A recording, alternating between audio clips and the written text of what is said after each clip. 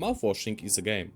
At least I think it is. The premise of a story is the crew on a space freighter, that means a spaceship that transports stuff that crashed and has to survive mostly against themselves. The gameplay is as bad as the visuals and sound design are good. The amazing and very unique thing about the storytelling in Mouthwashing is the amounts of flashbacks and flash forwards that try to make the most mid horror story do something good, with lacking results. I'm sorry, but flashing back to characters having a good time to characters having a conflict is a cheap tactic that does nothing for me. I'd say let's start at the beginning, but the game doesn't start there, so let's do it the way game makes you play it.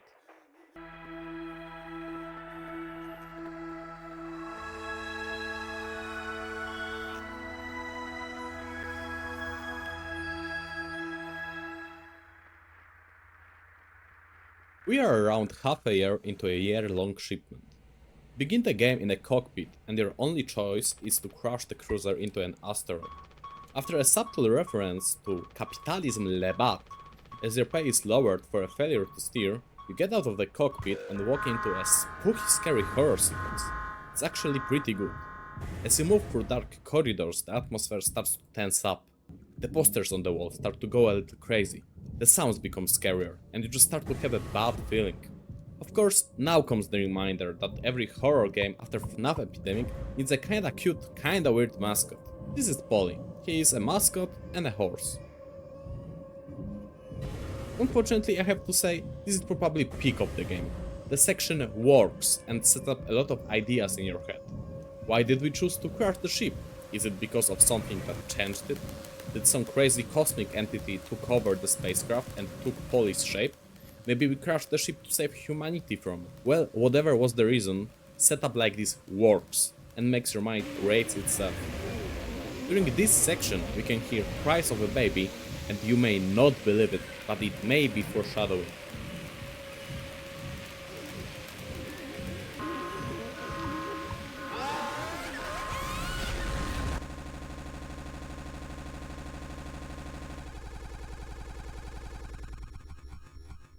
Well, now we meet the crew. Jimmy. We can call him the protagonist. He tries to be the dad that stepped up and be a captain that every crew deserves. He was the co-pilot. Swansea, the usual annoying old man that hates everyone. He is the crew mechanic, but has some nice moves. Anya, useless woman that can't do anything. Literal wife material.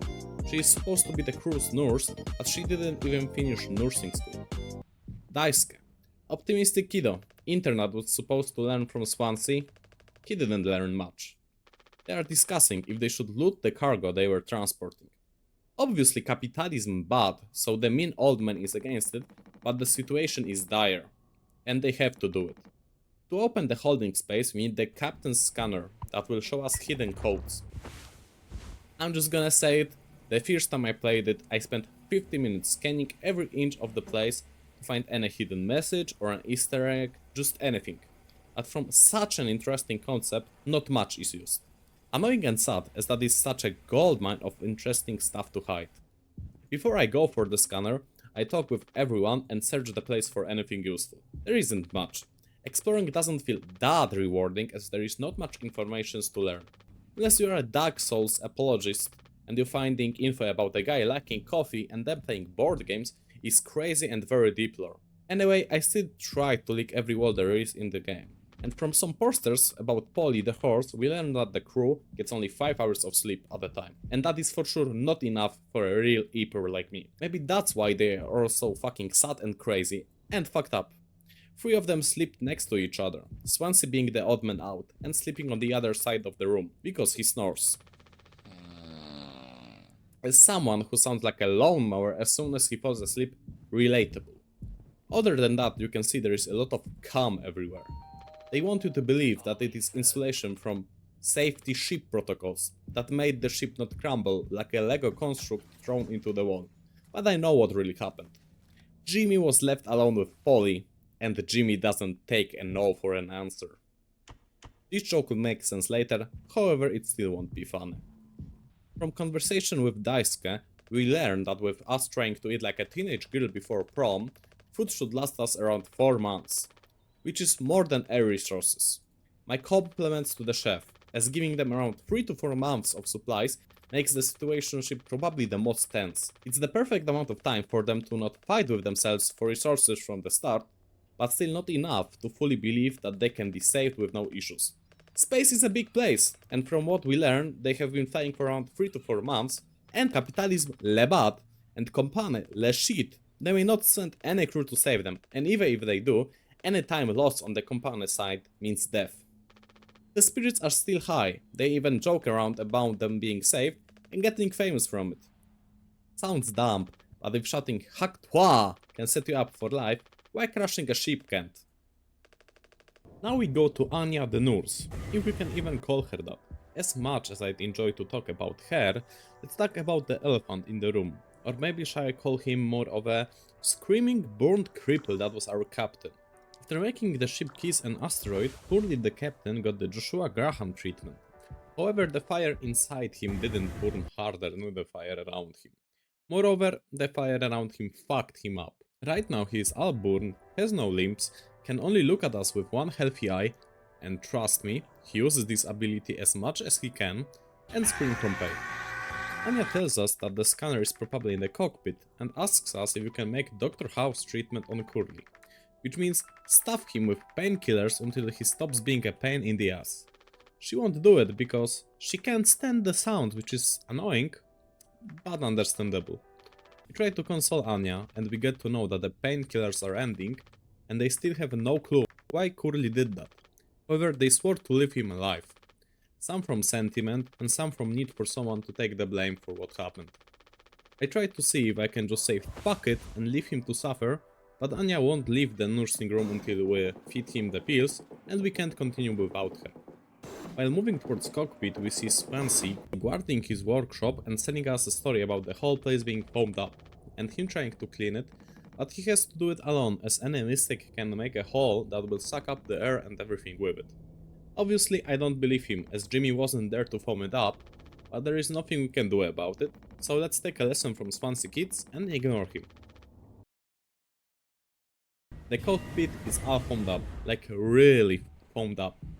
And the scanner is left weirdly on the floor. Like really, no one came here for 2 months. After getting the scanner, I feel like Gordon Ramsay in his show about fixing hotels. Yes, he actually had one like that. Lights off. Now this black light shows up bodily fluids. Right there, oh yeah, yes. Big one. Sandy, can you see? And look for any stains in the room, but there is nothing. I also go back to torture Curly and try to burn his one healthy eye, but he is too drunk to care about it. Now let's see what we are howling for half of the galaxy.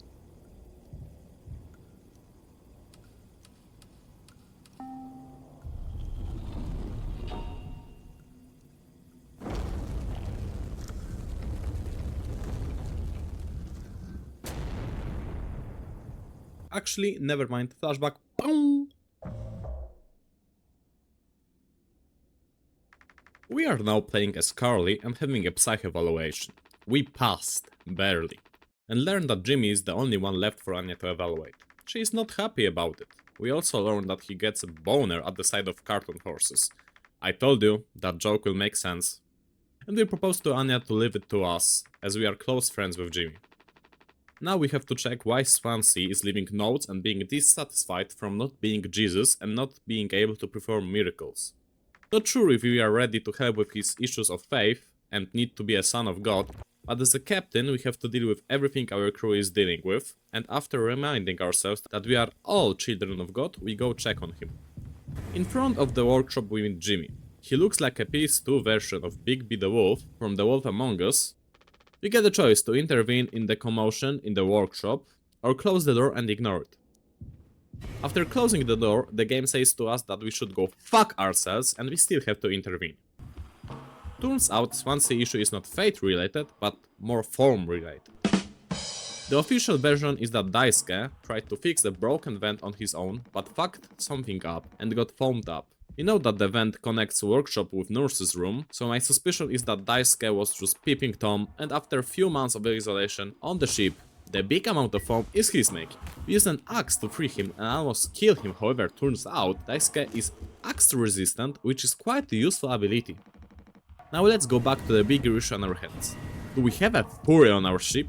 We go to the cockpit to evaluate Jimmy, but on our way we start tripping and start walking down the stairs that weren't there. Well, maybe we are not as sane as we would want to, but how bad can it be? It's only stairs.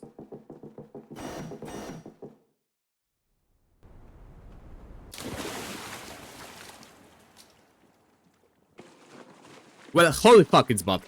We are teleported. Let me check the notes. Well, I can't decide between Berserk Eclipse joke or Bloodborne Red Moon joke, so let's just skip to the part where it gets fucked up. We get random warning sounds and ladder starts to fall on us as we get back to the cockpit.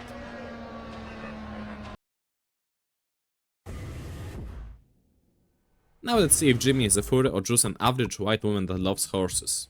But I remind myself that he feels that towards cartoon horses and I accept that my friend is a furry. We finish the evaluation and learn that Jimmy is also kinda new here, however it's not his first style compared to Daisuke, and that he also struggled hard on Earth. Currently wonders if that is his peak, captain of the old ship with 4-man crew. As dumb as it may sound to be on edge about being figured out because you found a good stable job, it is understandable. Writer cooked and really put it well. Is the peak of the ladder good enough to stay here for the rest of your life? Some people may never ask themselves that question, some may ask it every day. Unfortunately, there is no good answer. Now let's have a wholesome moment with Jimmy and get a message from the higher-ups. Your phone ringing! Your phone ringing! Big boy, come pick up your phone! Why you no pick up your phone ringing! Your phone going to go to voicemail. Goodbye. It's for sure not that important since we get a random gameplay section after getting the message. We find ourselves in a dark storage room with TV being the only light we can get to. The TV channels show random stuff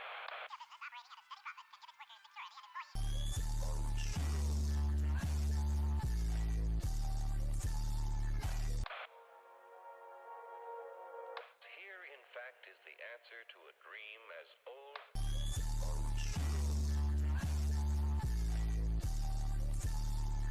until we get to the mouthwashing commercial.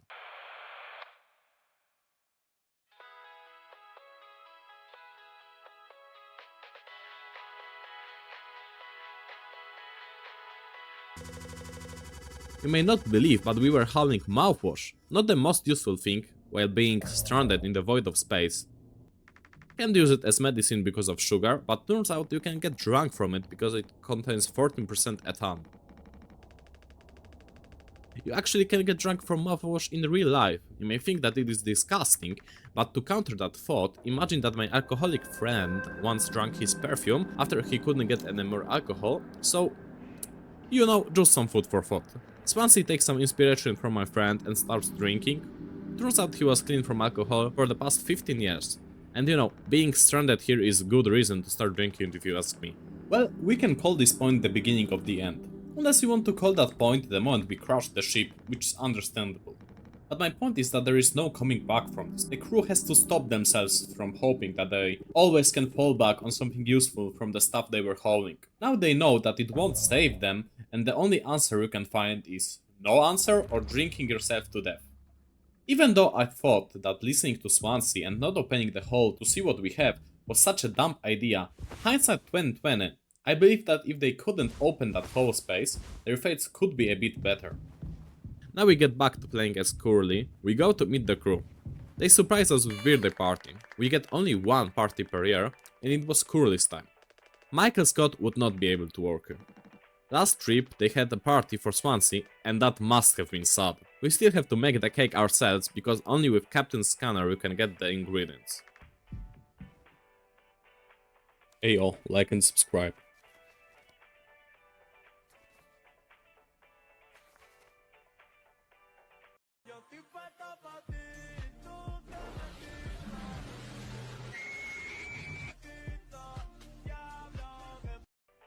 Another amazing use of the scanner. I'm very happy with the amount of use it gets, and how the concept gets fully used here. After artificial cake creation is done, we feel that it's the perfect amount to tell everyone that they are fired. Elon Musk won and everyone is getting replaced by robots. Amazingly, it kinda ruined the mood. Everyone takes it very well, Swansea accepts it, Anya cries because she has no savings, Daisuke doesn't care because he can go to his parents, and Jimmy tries to blame Curly for whatever happened, because it's always easier to live your life when you have someone to blame. Because Curly is past fighting for scraps, he should not be allowed to feel bad or strive for something more or different. He tries to say something more, but it's hard to hear him with that pity dick in his mouth. The cake didn't taste that good probably. Boom, flashword, to 2 months after the crash. Accompaniment of Curly's screams wakes Jimmy up. Place looks a bit worse with the change of lights and random empty bottles of mouthwash everywhere. Probably this is how the place of Tooth Fairy looks like after a depressive episode. The food dispensers are destroyed, Hotel Miami color of lights is a bit disturbing, but for sure it's better than being in the dark. Because I don't care about the cripple, I ignore him and look for other people. We find Swansea and Anya in the concrete. They sneaked out during night time to discuss something and we find Anya crying. Obviously it's not suspicious, she belittles the crying issue and after asking her about Curly, we are informed that she forgot to feed him his pills again. Her nursing skills are probably around the level of the best public school nurse. Also, I don't want to imagine how fucked up Curly's liver must be after the amount of drugs he is taking.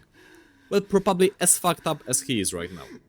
After some cool blaming of the cripple from Jimmy, and pity crying how hard it is to be in the driving seat, now we feed him the pills, burn his eye with the scanner again, and have a random vision with an ominous caption, "Take responsibility." You get transport to the very fucked up version of the common area. The cripple is here, so it's obvious we are playing as Jimmy.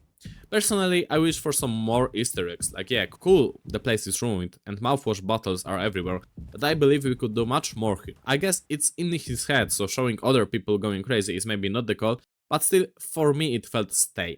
Going back to Cripply, turns out he became a Buddhist and goes back to their talk in the cockpit. I guess Jimmy is getting fucked up in the head. Pyrocynical, where are you when you are needed? Anyway, we need to find the knife to cut the cake. Like we couldn't just beast mode it like a real man.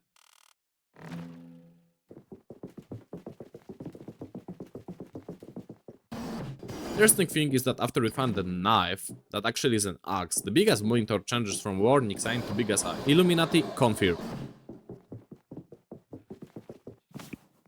Pound. And we back to the shit show. The place is fucked like hell. It's literally Cleveland mode. Next guy is fucked up on the floor.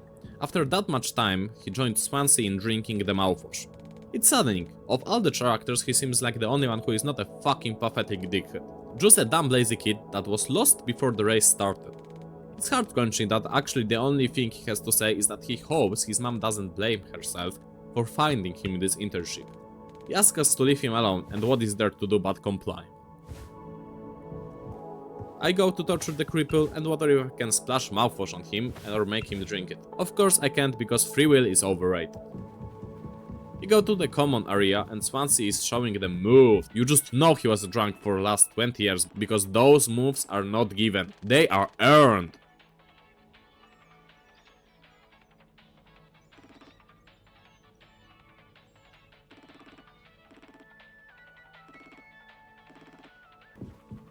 I think Swansea is mad at Jimmy, so he kills his lover Polly.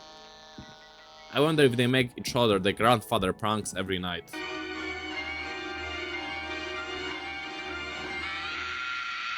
We finally go to Anya. She tells us about foamed cabinet with more painkillers.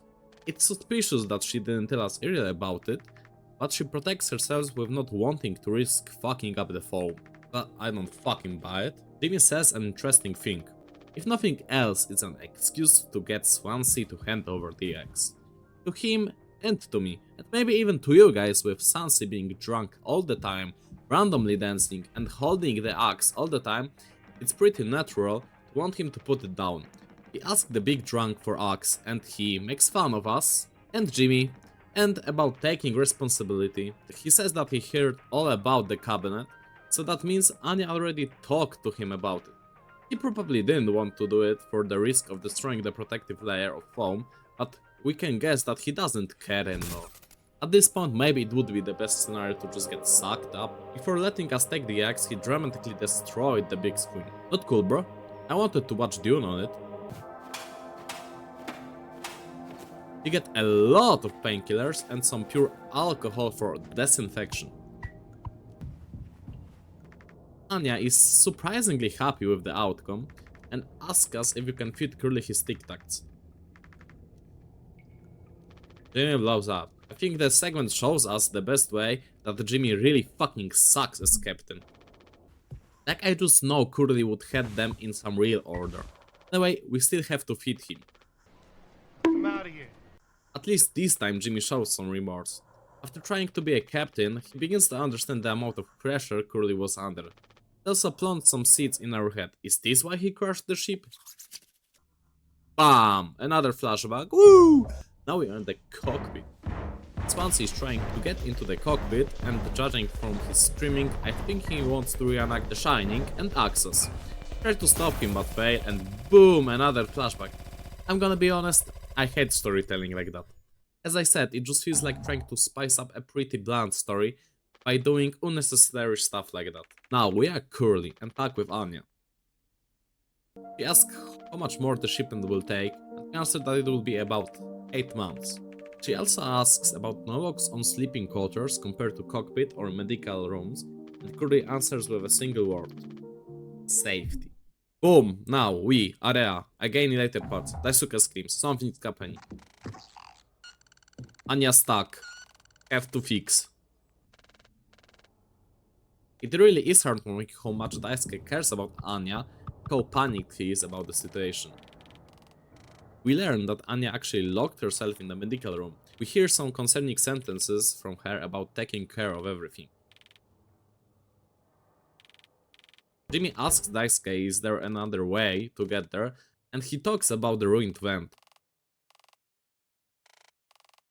We get to Swansea, and because writing believable dialogue is hard, the developers made a million IQ move and just make Jimmy and Daisuke refuse to say what is happening and just repeat that they have to get in there, which Swansea obviously doesn't allow.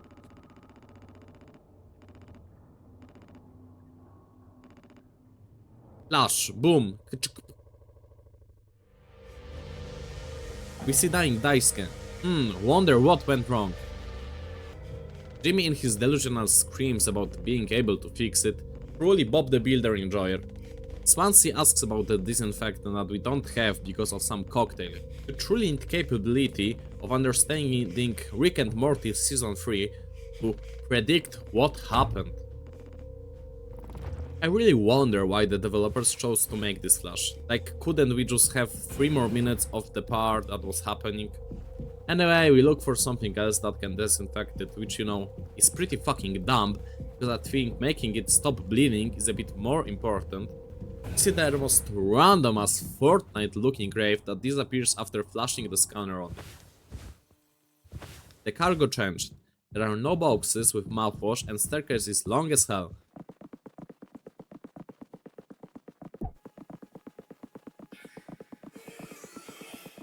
Now we get into one of the worst gameplay sections I ever played. We have to follow the blood trail while making loud ass sounds with, I guess, our metal feet, as if Jimmy was terminated and couldn't sneak. There is some huge ass monster that we can only see through scanner. It looks like Polly changed into a Resident Evil boss, but got turned down. I'm sorry, but why do you make an eye a symbol of your game, then make a fucking monster with multiple eyes and eye holes, and make him fucking blind? Like, I'm sorry, I don't buy it. I don't know, change his design, cover his eyes that are left with bandages, anything but this. As I said, I really don't enjoy this gameplay section. We move a bit, monster shows up, we don't move, he disappears, we move again. After 3 instances of that, there is no tension. The destination is too far from us, so the section drags and feels really out of place. Find mouthwash and thankfully the suffering ends. Ours ends, not Daisuke's, he is still dying. Jimmy, being a fucking psycho, uses mouthwash to disinfect Daisuke's wound. Which is so fucking batshit crazy. Flash boom, we go back to before Daisuke dying. He is panicking about not wanting to fuck up, and Jimmy manipulates him into listening and following his lead. Make a cocktail for Swansea with over 90% alcohol, so he will fucking die, I guess, and we can loot him. We give it to Swansea. He wakes up his Eminem persona and this is the shit out of Daisuke, drinks it and falls on the floor, just like my dad.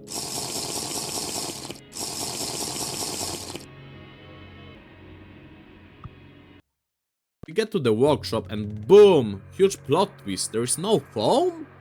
Makes sense as Jimmy was not allowed here so he couldn't foam it up. Outside of 3 destroyed pods, 1 works, which means Swansea was just lying and wanted to have it for himself to survive. Anyway, we have a job here to do. We see the vent and holy fuck, it looks like a soul trap. Jimmy is hyping up Daisuke to go in there and because he's really not bright, Daisuke obliges.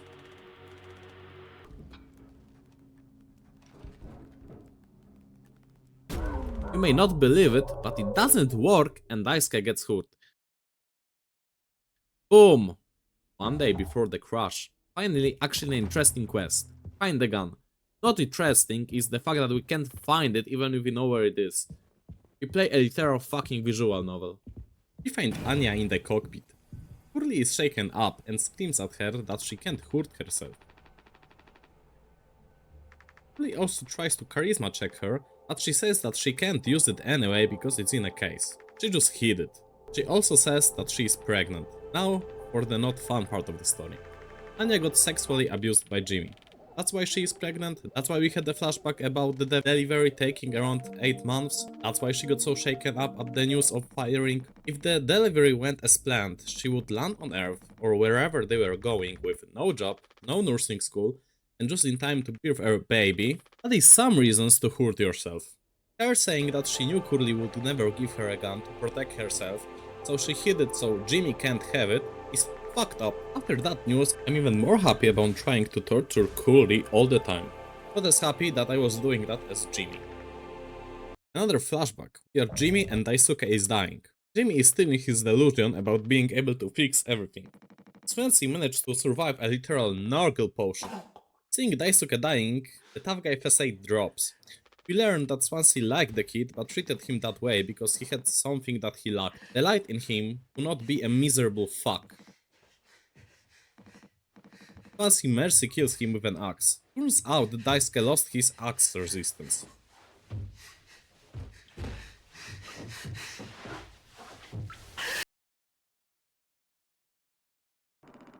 Jimmy accuses Swansea of trying to kill the rest of them so he can save himself with a cryopod and antagonizing Anya with weird talks, but it was actually Anya talking to Swansea, and we can suspect about what. Swansea says that he doesn't care about anything. He has everything he wants here.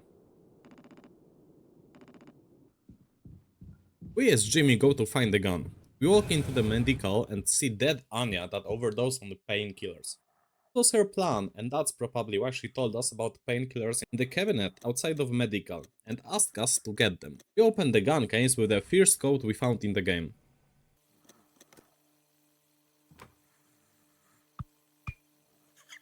Curly starts laughing when he sees that. Is he laughing at Jimmy? Is he laughing at the situation? He went mental, or is he just coping with laughter?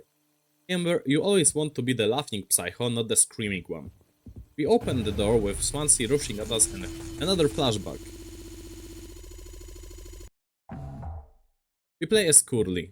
We go to the medical and see Anya crying. He told Jimmy about the pregnancy and he just went away. Anya says that she doesn't want him here anymore, which just makes me want to burn Curly pupils even more. Now I'm gonna get into probably my biggest pet peeve I have with Curly's character. His impact on culture often gets minimalized to a simple man. Curly good, Jimmy bad. And obviously I do not have a problem with the latter part. I hate the idea of Curly being a hero or anything close to a positive character. The first time he has real big problems as a leader, he just repeats himself about fixing everything while doing nothing. We can so easily hate Jimmy for being a shit leader because all he can do is cope, and maybe that is where he learned it. The fact that after learning of Anya's sexual abusement, he does nothing disgusts me. Moreover, after he talks with Jimmy, he wants to fix it, he wants for it all to work out. What does he expect? Jimmy will give Anya's flowers and they will have a happy ever after. Curly doesn't have balls as a leader to do what is necessary, which is at least locking up Jimmy or blowing the cover and having everyone supervise him. But Jimmy is his friend, so he does nothing, he even wants to help Jimmy. Curly is part of the problem, and his tragic ways as a captain make him responsible for outcome of Tulpar's crew. At the end of the day, impact that situation has on him is low. He is getting fired anyway. He will not be the one going to jail, as if Jimmy is going there. He is not the one who got abused and has a baby on the way. He will be in a position to clean his hands from all of it and escape. And I am ready to be aggressive and say that this is part of the reason why he does nothing. Even with seeing Jimmy going mental and talking about making it a catastrophe, still does nothing. Curly is not a big chap, not the cool captain, and definitely not in any way, shape or form helper to Anya. He's a lacking captain with no balls that enables disgusting, horrific things to happen and pays the price for it. Also, I don't believe Curly would get any serious consequences with what happened, especially with them all being fired and the company simply not caring about them. I think Jimmy was just manipulating the situation, make Curly believe they are in this together. Now Jimmy talks about just making it a big tragedy to make us wonder if that was what made Curly crash the ship. Another flashback. As Curly we hear the ship getting fucked up.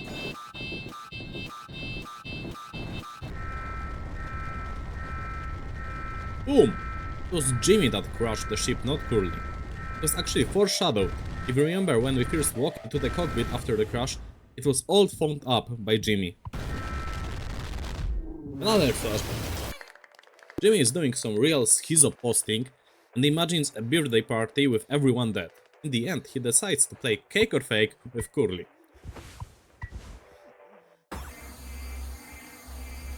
He doesn't know the rules because even after learning that Curly is real, he keeps cutting.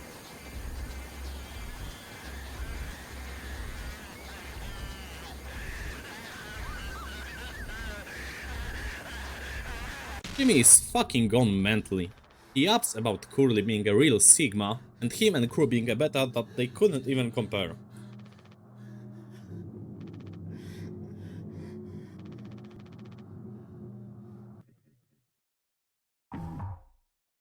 Time for a very bad gameplay section. We make an Among Us reference. Vent into the crushed medical van.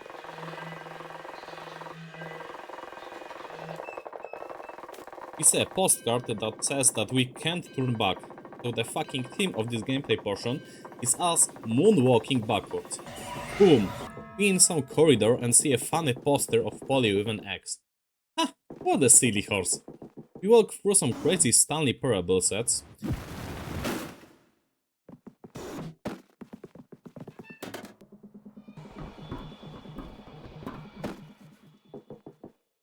After going out of the vent, we see Swansea tied to a chair. We try to shoot him and we teleport to the cemetery. We see Daisuke's grave, which probably doesn't even have his body in it. Another gameplay section, where we have to shoot Swansea 3 times.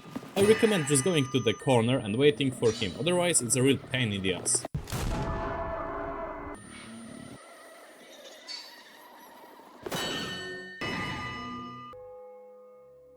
After that we get a monologue from Swansea, which is probably the closest monologue to my Slavic heart in existence.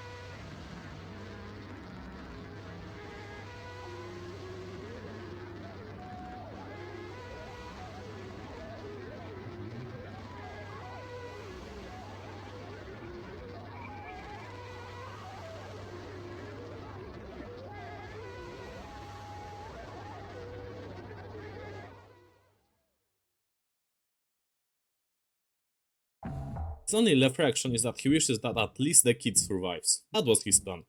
Put Daisuke in the only working pot for him to survive, while he lives his prime again and drinks himself to death with mouthwash. Jimmy at this point has completely lost his mind. He basically killed 2 people now. I'd say Anya made the correct decision with ending it the easy way. Who knows what this psycho would do.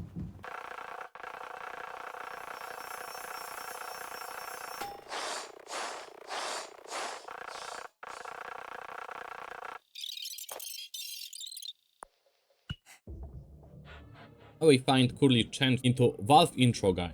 He feared Curly his leg and put the valves in the way that he doesn't vomit.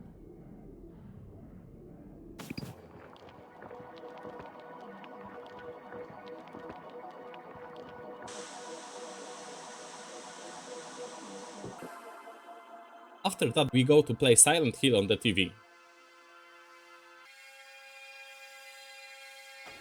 As Jimmy is in the void of space, we walk up to burning Curly.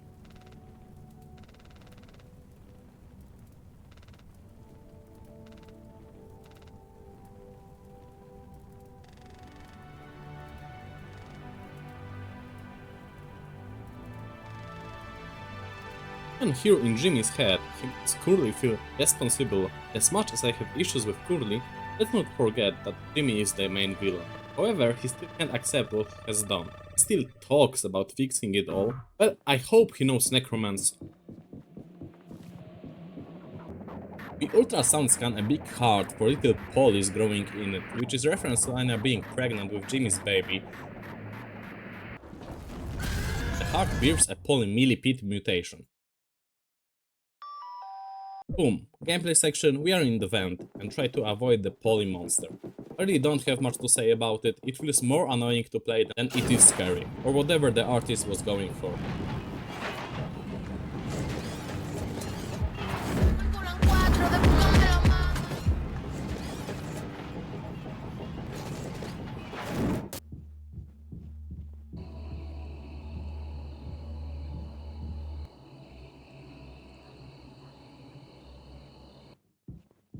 After that, Jimmy has another conversation in his head with Tony about him taking responsibility and being an unlovable freak.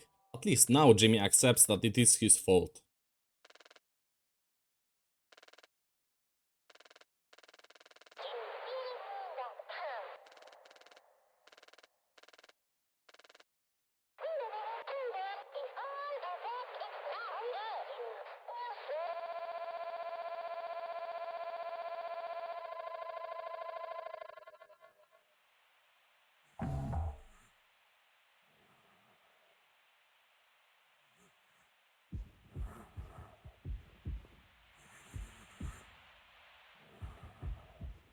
Move Curly from the table and put him in the cryopod.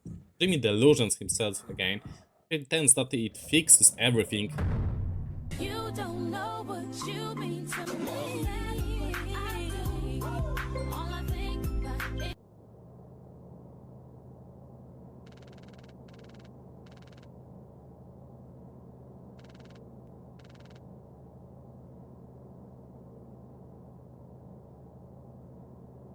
And as he freezes Curly, he shoots himself, pretends that he fixed everything and takes responsibility, even though he chooses unaliving to escape responsibility.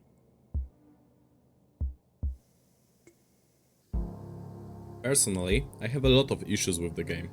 Some of it is with dislike of flashbacks in storytelling in general, but there was just an oversaturation of it in here.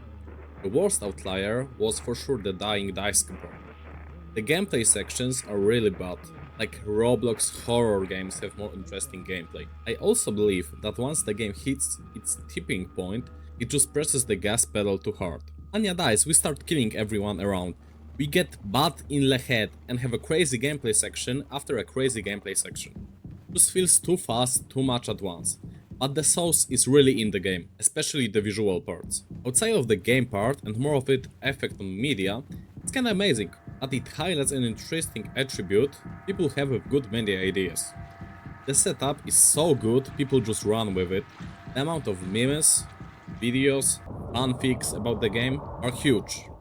I believe that the outlook on the game the internet made enhanced the idea of the game, while the game on its own can't back it up. Also, the amount of controversy with Anya is just not fun.